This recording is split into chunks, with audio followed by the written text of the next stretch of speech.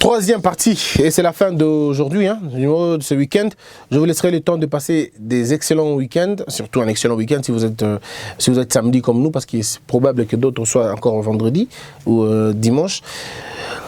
Je réponds aux questions comme on le fait toujours d'ailleurs, mais l'actualité reste dominée par la question du rapprochement de Katumbi et de Félix.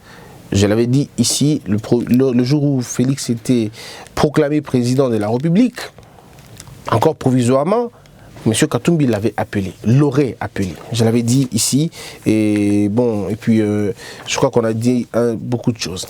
Alors, cette rubrique est là pour nous rapprocher de vous. C'est pourquoi nous répondons toujours à vos questions. On prend dans toutes les émissions qu'on a eu à tourner le jour, nous répondons à ces questions-là. Christian, quand on te disait que Cash et Félix est la même chose, le FCC des Kabila, tu doutais. Voyez maintenant Kabound, le président de l'UDPS, dans ses affirmations, je cite, « Le FCC et les Cash constituent la majorité présidentielle et les autres sont des opposants. » Que nous diriez-vous de cette allégation? Ce sont des propos que j'estime être des propos irresponsables. Il est le porteur, l'auteur de ces propos, c'est lui qui devra répondre, pas moi. Et je dois ici faire comprendre aux Congolais une chose, c'est que si les Cash échouent dans sa gestion, ça ne sera pas l'échec de Christian, pas du tout. Si vous arrêtez de... Vous me voyez comme un défenseur du FCC ou de l'UDPS, bon, libre à vous, je ne vois pas pourquoi je me justifierai longtemps. Ceux qui ont compris, ceux qui n'ont pas compris, bon, pas de problème. Mais seulement retenez une seule chose, c'est que moi, je ne suis pas défini par Kabound, je ne suis pas défini par l'UDPS, je ne suis pas défini par le FCC. Moi, je suis défini par la science. Et j'essaie de parler scientifiquement. Que ça plaise ou que ça déplaise, je m'en excuserai en tout cas et je tirerai des conséquences. C'est aussi ça, la responsabilité d'un homme. J'assume mes propos. Je le dis ici que le FCC est une nébuleuse. Et que M. Kabound, dans ses propos, il n'engage pas forcément les Cash. Il est le président de l'UDPS. Et l'UDPS, ce n'est pas le cash. L'UDPS fait partie du cash. Quand on parle du cash, c'est le cap vers le changement. Dans le cash, vous avez l'UNC et vous avez l'UDPS. S'il y a un communiqué conjoint, ou si les communiqués de M. Kabound ou les propos de M. Kabound sont avalisés par l'UNC, on est d'accord. Mais si c'est l'UDPS qui parle elle-même, qu'est-ce que moi j'ai à voir avec ce que l'UDPS parle? Il faut que l'UNC entérine les propos de Cash, sinon ça ne servira absolument vraiment à rien. Mais rassure-toi d'une chose, il n'est pas exclu que l'UDPS fasse des erreurs. Oui, elle en commet déjà beaucoup dans sa manière de communiquer, dans sa manière de présenter les faits, vraiment beaucoup. Elle commet beaucoup de fautes. C'est pourquoi on a même demandé qu'on puisse restructurer ce parti-là qui commence à avoir des petits problèmes, je vais dire d'ivresse du pouvoir, et il faut comprendre ça, qu'il faut que l'UDPS revienne sur le bon chemin. L'UNC n'écrit pas pour autant. Pourtant l'UNC aussi a gagné les élections. Pourquoi l'INC ne parle pas beaucoup? Pourquoi l'INC ne vocifère pas? Pourquoi l'INC n'écrit pas le nom de Kabila à tout moment? Pourquoi on doit retrouver seulement ce nom-là dans l'UDPS? Donc vous trouvez que c'est un groupe de jouisseurs qui crient comme ils veulent? C'est eux qui veulent ce qu'ils peuvent dire. Moi, je ne suis pas dans cette logique-là. Vous comprenez un peu, mon frère Mbala Vico. Donc... Et puis la nature va nous donner toujours des explications. Quand vous voyez des gens en train de crier, de vociférer, comprenez qu'il y a des gens qui sont ivres aussi. Ça arrive. Mais le caractère de l'UDPS reste un caractère opposé au celui du FCC, du moins dans sa source. Mayuma Matobo. Il y a eu massacre à Goma, dans un centre de santé, et hier les élèves sont foudroyés dans une école à Bandundu où le bilan provisoire fait état de 7 morts. Quel est le bilan du président de la République dans son programme de 100 jours pour les autres provinces? La souffrance du peuple est toujours en marche. C'est pourquoi je dis ici que là vous avez vraiment cerné le problème. Vous voyez que ce problème va au-delà du simple aspect de l'UDPS et du FCC, du cash et des évêques. Vous voyez que ça va au-delà de cela. Ici, nous sommes dans une question beaucoup plus profonde sur la question de la sécurité. Mais mes frères, parlons-en. Comment vous allez définir votre sécurité si vous n'avez pas encore identifié les forces en présence? Quelle force avez-vous? Le Congo a quel type de force pour mettre terme à l'insécurité là-bas? L'insécurité du Congo n'est pas une sécurité imposée. C'est une insécurité tolérée, une insécurité, je veux dire, entretenue. Mais il y a combien de rapports internationaux qui ont parlé des généraux qui sèment la terreur là-bas? tous ces regroupements, ce groupement militaire et tout ça, toutes ces personnes sont connues, identifiées, même identifiables. Mais pourquoi on les laisse? Pourquoi on les laisse? Nous sommes un État fragile. Quand je le dis, les gens disent non, mais Christian, vous êtes contre le président. Je ne suis pas contre le président. Nous sommes un État fragile, nous sommes un État à reconstruire, nous sommes un État à refaire. Nous devons redéfinir notre politique de sécurité.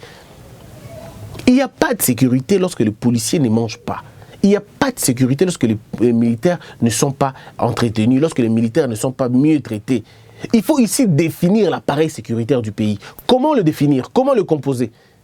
Et comment le réorganiser? Qui compose votre appareil militaire? Quelle est l'éthique et les valeurs que vos militaires, selon au sommet, véhiculent? C'est tout simplement cela. Parce que vous ne pouvez pas imaginer qu'une guerre perdure pendant 18 ans, 19 ans, 20 ans même, les gens ne font que mourir à l'est de la République. C'est quoi ces regroupements militaires qu'on ne peut pas mater? Tous ceux qui ont voulu mettre terme à cette guerre ont été tués. Vous avez Mamadou Ndala, assassiné lâchement. Vous avez M. Mbunza Mabe, empoisonné. Toutes ces personnes qui étaient décidées de mettre terme à cette histoire, ils ont été d'une manière ou d'une autre éliminés, mités, ainsi de suite. Donc ce sont des histoires vraiment entretenues.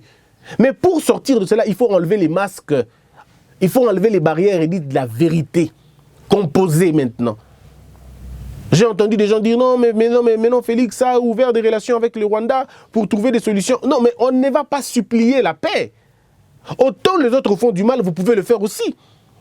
Un pays s'impose, un pays ne va pas demander la paix aux autres. Non, donnez-nous la paix. On ne donne pas la paix. La paix se gagne. La paix se gagne par la force. Kiwis pacem parabellum. Celui qui veut la paix doit préparer la guerre. Vous devez être fort, être capable de vous défendre. Sinon, ça va être compliqué. Donc, la question de la sécurité est une question principale. C'est une question principale parce que la sécurité menacée, c'est la cohésion nationale qui est menacée. Figurez-vous qu'il y a deuil tous les jours à l'est de la République et qu'il y a fête tous les jours à Kinshasa. Mais vous êtes balkanisé, du moins idéologiquement. Il y a la balkanisation idéologique. C'est tous les jours à l'est du pays que vous entendez au nom de Bakoufi, de Salibou. Et il y a des déplacements massifs et non signalés à l'est de la République. Des territoires entiers violés, tout simplement violés. Des peuples qui viennent habiter là-bas dont on ne connaît pas d'origine, dont on ne connaît pas l'origine. Mais qui n'en parle pas? Des avions qui font descendre les gens là-bas. Et ce sont des gens qui racontent sur Facebook, vous trouvez des vidéos. Sur YouTube, vous trouvez des vidéos. Sur Facebook, vous trouvez sur WhatsApp, vous trouvez. Donc, il y a des rapports et des rapports. Combien de fois le docteur Denis Mukwege en a mentionné dans ses rapports? Combien de fois M. Denis Mukwege en a parlé sur la sécurité à l'est de la République? M. Atundu Liondo a écrit sur la sécurité à l'est de la République. Combien ont écrit sur la question là-bas? Mais vous avez un État qui réserve une fin de non-procédés, je veux dire comme ça. Et de non-recevoir d'ailleurs. C'est compliqué à un moment donné. Hein. Vous voyez? C'est compliqué. C'est compliqué. Donc, à un moment donné, il faut aller au-delà des débats politiques pour voir les problèmes du pays. Parce que la femme qui meurt à l'Est n'est pas différente de la femme qui vit à Kin. Mokondi Alliance, est-ce vrai que le président Félix a promis de revoir à la baisse la rémunération des députés nationaux et sénateurs et rendre au même titre que les professeurs? Bon, il n'a pas dit ça, mais c'était plutôt monsieur le directeur du cabinet, M. Vital Kamerhe, qui a dit que le président pensait initier des actions dans ce sens-là, inciter les députés à prendre des mesures de loi qui pourront revoir leurs émoluments à la baisse, en commençant par la liste civile du président. C'était la première idée, ce qu'il avait demandé. Baisser les salaires du président, c'est-à-dire la liste civile, baisser les émoluments des députés, et puis, avec cet argent-là, essayer de donner la possibilité aux enseignants de s'en sortir. Les enseignants et les fonctionnaires de l'État doivent avoir beaucoup plus d'argent. Les magistrats et les militaires doivent avoir beaucoup plus d'argent que ça. Mais c'est un débat fort, un débat important dans une république. C'est le débat de la rémunération. C'est un débat important. Dans un pays où la rémunération est comme un privilège, dans un pays où l'enseignant... vous savez, moi ça me fait toujours mal. Qui peut être heureux de dire « je suis le fils d'un maître de l'école primaire » ? Qui ? Je vois des professeurs, on appelle ça Mitouka, les professeurs de l'université. On leur donne des voitures, on leur donne des jeeps, tout ça. Mais et les maîtres de l'école primaire, qui lui donnera un vélo? Est-ce que vous oubliez que c'est là la base? C'est là la base. Aujourd'hui, quand vous avez un enfant qui ne sait pas parler français, qui ne sait pas s'exprimer en français convenablement, mais c'est au niveau de la base. Il a eu une école primaire bâclée. Bâclée. Et du coup, on est incapable. On est incapable de nous exprimer. Parce que l'école a été bâclée. Mais si vous négligez celui qui doit former l'élève là-bas, mais à l'école là-bas, les professeurs auront qui? Je viens, professeur, se plaindre. Il dit le niveau de l'enseignement est baby penza. Hein, les enseignants, les étudiants ne savent ni lire ni écrire. Mais c'est là, c'est pas à l'université qu'on apprend à écrire. À l'université, on n'apprend pas à parler français. C'est au niveau de l'école qu'on apprend à parler. C'est au niveau de l'école qu'on apprend à écrire. C'est au niveau de l'école qu'on apprend à lire. Mais si l'enseignant de l'école primaire est maltraité, vous avez vu les vidéos que je vous ai présentées, que je vous ai montrées. Un enseignant qui vient en pirogue à l'école. Et on a la pirogue naïe. On dit musika na mwana azoya. Donc tu n'y es pas foutu. Oh, on a dit que c'est l'amboule si là bon naya. Est-ce que c'est sérieux? À un moment donné, c'est quelle éducation vous voulez avoir? C'est quelle éducation vous voulez avoir? On est dans un pays où l'enseignant a que molakisi a été ponine. Molakisi a kendaki kocha mitambo na jamba. Un peu sika moya yalité. Ndebotangite iyo. Alors je me dis, oh, qu'est-ce que vous voulez? L'enseignant, ça veut dire quoi en français? Ça veut dire que l'enseignant est allé à la chasse. Il est allé à la chasse poser ses pièges. Il n'est pas venu enseigner. Pourquoi? Parce que l'enseignement ne le paye pas. Il ne survivra pas de l'enseignement. Il doit faire la pêche, il doit faire la chasse. Vous voyez? Donc le problème est celui-là. Il faut refaire ça. Et quand on voit les députés, pourquoi on doit payer les députés 13 000 $ au Congo? Pourquoi? Pourquoi? Pourquoi faut-il qu'ils gagnent 13 000? 13 000 $ par mois, ça veut dire 10 ans d'un agent de l'État. S'il faut compter le mois. Bon, je peux me tromper des zéros, mais c'est beaucoup d'argent en tout cas. Parce que si un enseignant a 100 $ le mois, ça veut dire dans une année, le monsieur a 1200 $ l'année. Alors que l'enseignant, le professeur a 13 000, pardon, le député a 13 000 $ le mois. Ceux qui ont fait l'économie et les mathématiques calculées, combien il faut avoir 12 000 pour être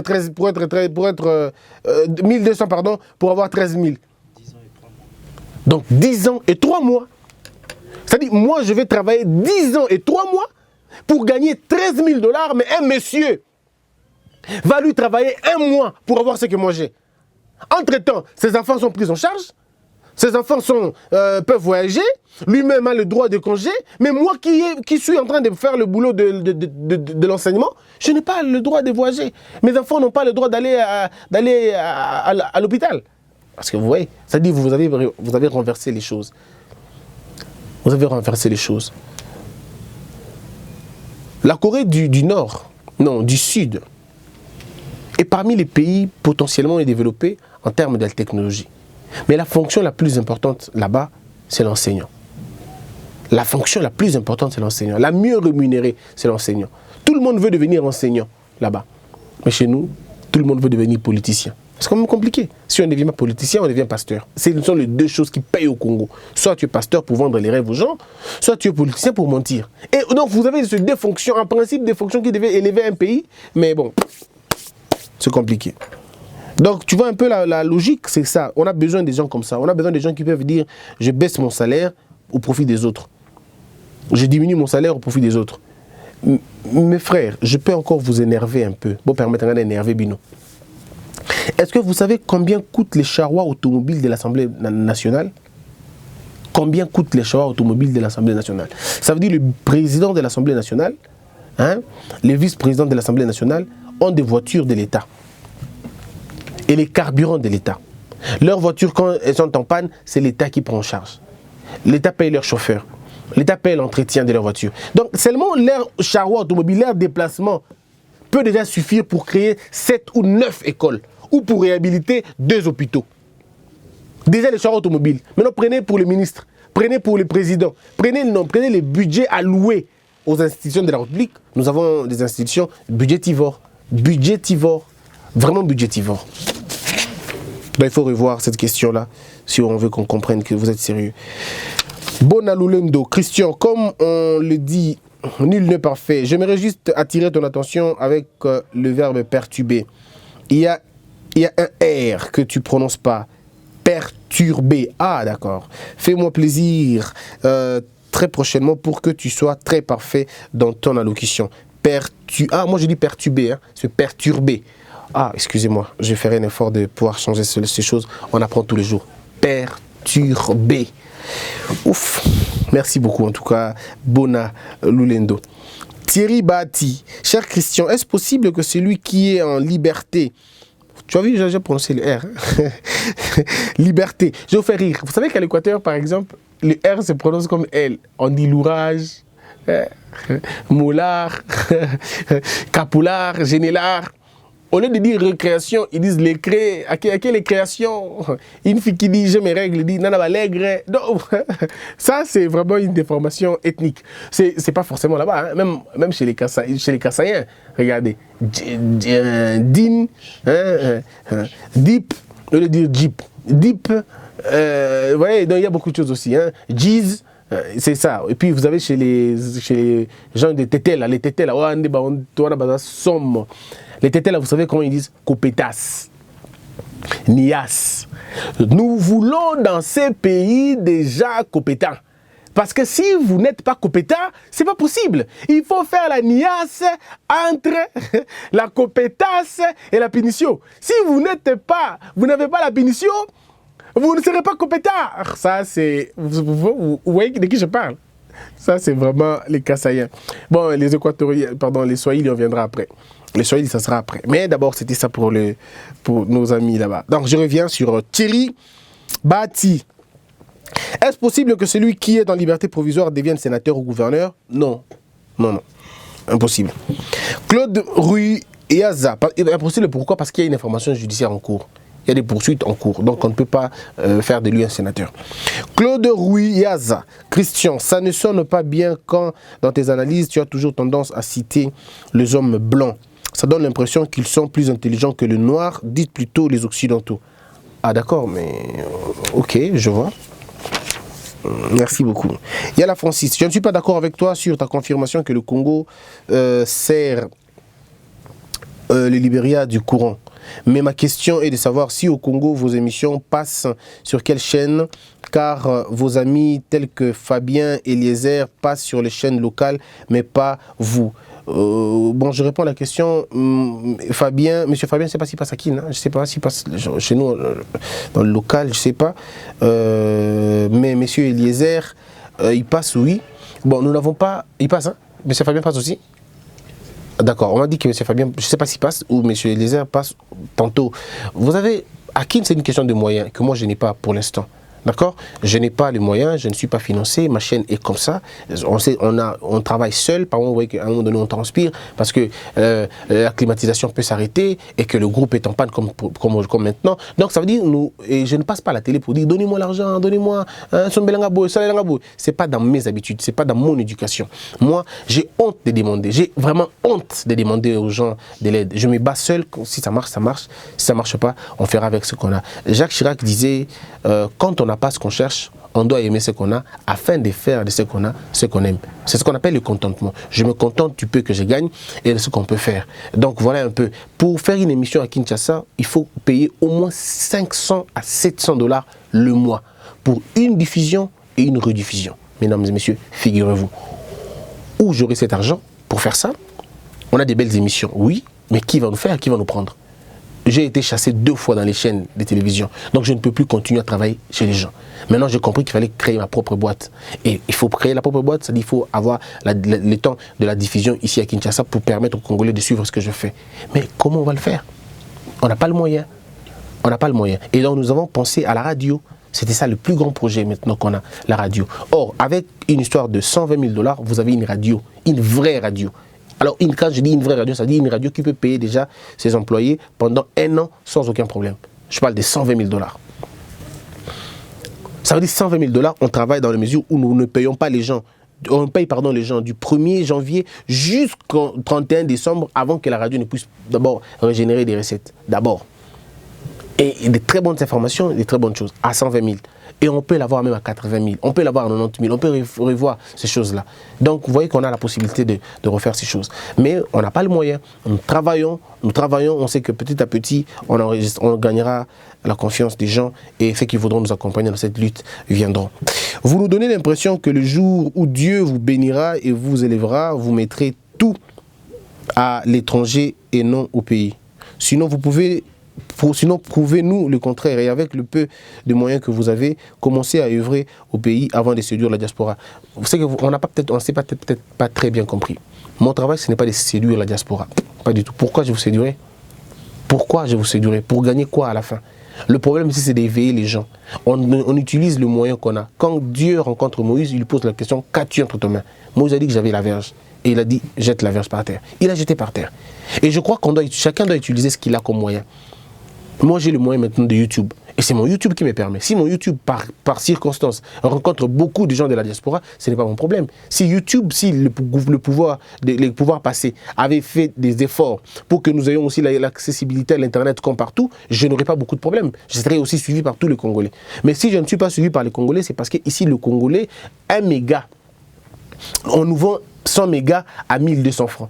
Et qui mettra ces mégas? Nos émissions pèsent par moment 1 giga, c'est ça? 1 giga ou 450 mégas. Qui va perdre ces 450 mégas pour suivre une émission sur YouTube? Non. Quand j'étais sur Internet, quand j'étais à Kin, je comprends que vous ne me connaissez peut-être pas bien, mais posez la question à ceux qui étaient à Kin. Ceux qui ont été à Kin, ils me suivaient tous les matins dans les radios. Et je n'ai fait que ça pendant 12 ans. Je ne me suis jamais écarté. Quand je suis allé au Congo central, à l'Équateur, c'était dans ce but-là.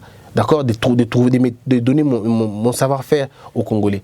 Donc, je crois humblement que ce que nous faisons, ce n'est pas pour séduire la diaspora. Vous, la diaspora, vous bénéficiez de cela circonstanciellement. C'est parce que la connexion, c'est beaucoup plus facile chez vous et nous sommes ici. Et pour moi, c'est un moyen de vous interpeller, de vous dire de venir. Ce que moi, j'ai fait au Congo, je le fais déjà. Mais comme on dit, je n'ai pas besoin de crier le don que je fais par-ci, par-là, parce que ça ne sert absolument à rien. Quelqu'un n'a pas que besoin du pain. Quelqu'un n'a pas besoin que de lui donner à manger. Il a peut-être besoin d'un message fort. Nous avons une école de la sagesse ici à Kinshasa. Nous payons nous-mêmes la salle. Et il y a un frère, même en Europe, qui nous a envoyé des chaises. Il dit non, Christian, je vous ai vu, mais qu'est-ce qu'il faut que je fasse pour vous? Je lui ai donné ce que je pouvais donner comme état de besoin.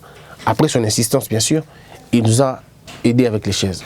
On est d'accord. Et donc prochainement, quand vous allez voir l'émission passer, vous allez voir des belles chaises parce que c'est dans ces conditions-là qu'on avance. Mais nous, on n'a pas tous les moyens possibles. Je crois qu'on se comprend un peu. Mon frère Yala Francis. Hein? Donc je crois qu'il faudrait qu'on essaie d'expliquer cela. Les autres ont des moyens. Vous voyez? Et nous, on n'en a pas pour l'instant. Et je comprends. Ça va venir avec le temps. Les moyens ne font que venir. Il faut bien travailler, avoir une bonne qualité des choses pour que les gens viennent. Et puis après, il faut dire aussi que les Congolais ont beaucoup déçu. Hein. Les Congolais ont beaucoup déçu. J'ai des appels de plusieurs personnes. Pourquoi tu ne demandes pas les fonds? Pourquoi tu ne demandes pas ceci? Pourquoi tu ne demandes pas cela? Je leur ai dit toujours, il y a beaucoup de Congolais qui ont fait ça et qui n'ont pas utilisé l'argent comme il fallait. Moi, je ne veux pas demander aux gens l'argent pour que je sois redevable à eux. Non, je ne vais pas faire ça.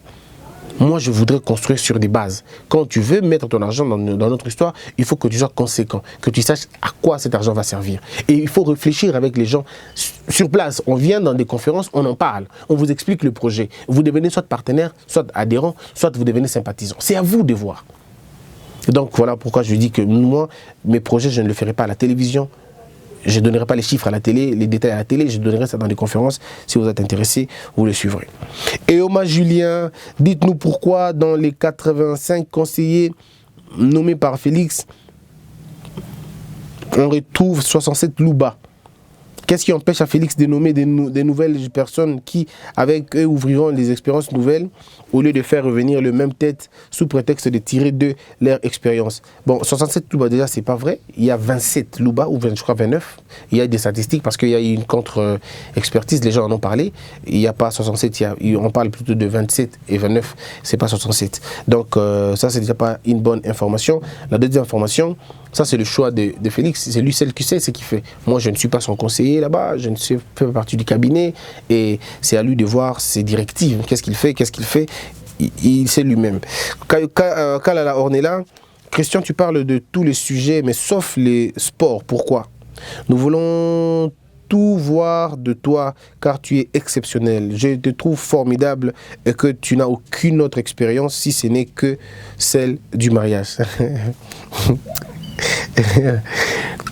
Écoutez, je dois dire la vérité.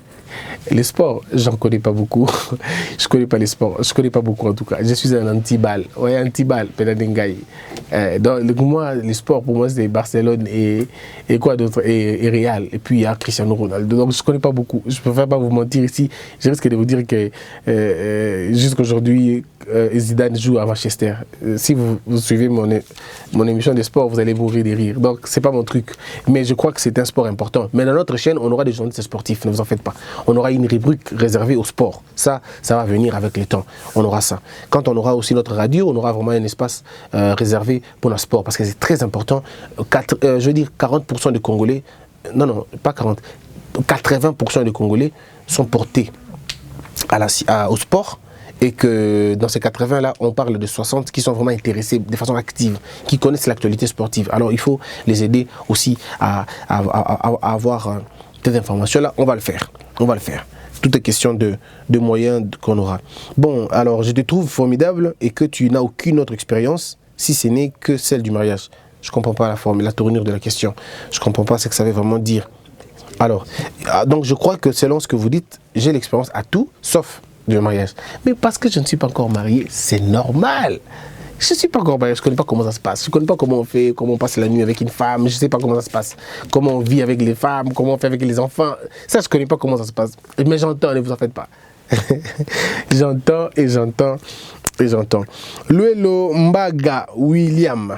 Christian, selon vous, si Félix t'est consulté aujourd'hui, quels seront les ministères à bannir et à effacer, supprimer dans son gouvernement? Dites-nous sans émotion. Mais j'ai toujours parlé sans émotion. Il y a des ministères, mais il faut que je revoie d'abord le ministère en question.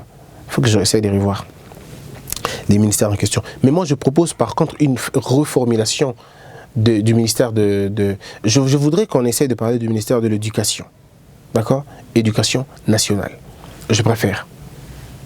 Éducation nationale. Le ministère que je préfère qu'on change beaucoup plus, c'est surtout celui du sport et des jeunes. Je ne vois pas pourquoi on dit ministère des sports, jeunesse et sport. Je ne vois pas. C'est deux ministères totalement différents. Totalement différents. Qu'il faut vraiment changer, quoi. On dit sport et loisirs. Non, je crois qu'il faut à un moment donné qu'on essaie de refaire, de restructurer. Mais là n'est pas le problème. Hein. Il y a les secrétariats généraux qui peuvent travailler. Ce n'est vraiment pas le problème. Minen Kembo, pourquoi dans une émission de kiosque dont tu étais invité, tu as estimé que le ministère des Affaires sociales était un ministère de souveraineté, alors que celui de la justice, affaires étrangères et intérieures sont là? Oui, mais je n'ai pas dénié ça aux autres. Je n'ai pas dénié. Je dis que le ministère des Affaires étrangères était un ministère important, pardon, des Affaires sociales était un ministère important par rapport au contexte dans lequel nous nous trouvons. Nous sommes dans un contexte où les gens ont faim. Nous sommes dans un contexte où la situation de la famille est détruite. Nous sommes dans un contexte où le social est perturbé. Vous savez entendu, hein? Perturbé. Marie Bungu, vraiment, quelle sagesse, mon frère, que Dieu te bénisse. Merci beaucoup, Marie Bungu. Justine K, jamais déçu avec toi, que les très hauts, continuent à te bénir. Bonne journée et bon week-end, monsieur le professeur. Monsieur le professeur.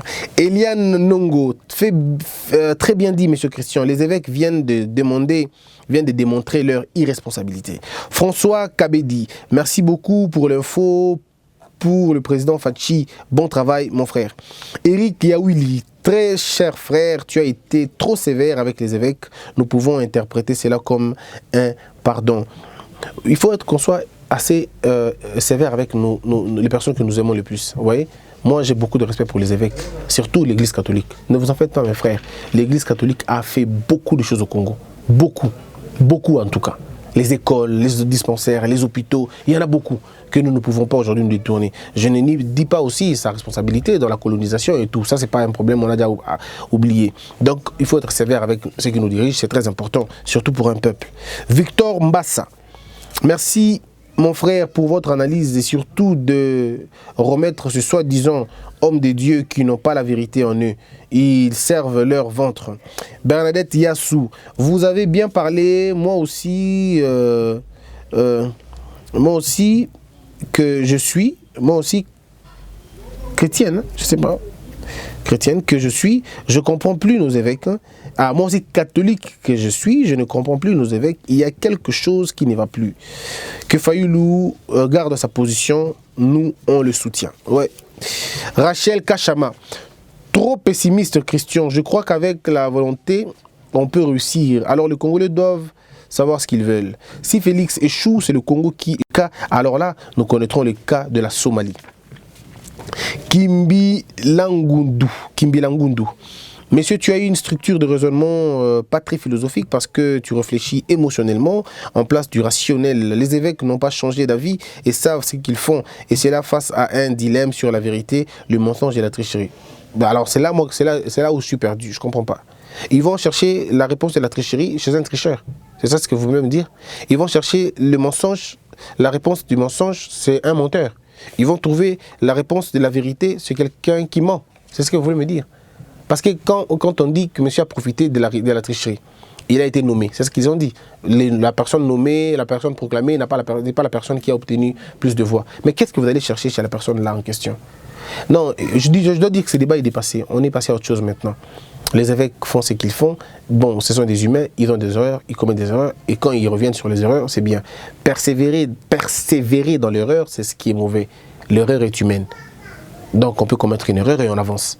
Le problème, c'est qu'il y a quand même beaucoup de torts. Il y a des familles divisées, il y a des amitiés divisées à cause des positions comme ça.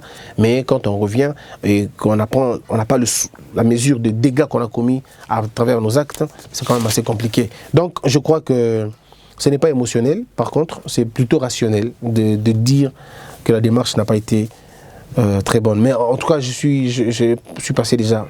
C'est fini, quoi. On a laissé tomber. Kiaku Nzunga. Bonjour, ne croyez-vous pas que Félix s'est introduit dans le cas des antivaleurs en disant que Kabila était son collaborateur, son conseiller? Peut-être tout ce que vous pouvez nous demander, c'est de nous lever pour qu'aucune personne qui a travaillé avec Kabila ne puisse prendre un poste dans la nouvelle organisation gouvernementale. Le peuple a ce pouvoir de ne pas les accepter. Merci pour tout ce que vous faites. Oui, mais il faudrait qu'on ne tombe pas dans la globalisation, vous voyez. Il y a des gens qui ont travaillé avec Kabila, mais qui n'avaient pas la décision. Opposons-nous plutôt à ceux qui avaient la décision d'échanger et qui ne l'ont pas fait. Il y a des gens qui ont travaillé avec lui, mais qui n'avaient pas de décision. C'était simplement des exécutants. On ne pourra pas être trop sévère avec eux, mais trop sévère avec ceux qui avaient la possibilité d'échanger. Ils ont refusé de le faire. Edouard Chitsumpa. Cher Christian, vraiment, je ne peux pas passer une journée sans t'écouter. Tellement que tu as une potentialité jamais trouvée dans cette génération. En plus, tu portes le nom de mon fils de 22 ans. Bref, je te salue depuis Luxembourg. Merci beaucoup. Il y a quelqu'un qui m'a posé la question sur messagerie normale. Christian, tu as quel âge? Je voudrais répondre sincèrement à cette question. J'ai l'âge de la raison. Merci, Homo Fortus Elikia. Merci, Jérémy Maïkondi. Abonnez-vous massivement. Ce sera un grand plaisir. Je vous retrouverai avec le même plaisir la semaine prochaine. Déjà le lundi, la semaine prochaine. Mais posez des questions. N'oubliez pas de poser des questions. Que Dieu vous bénisse tous. Que la peur quitte nos esprits et que Dieu bénisse la RDC.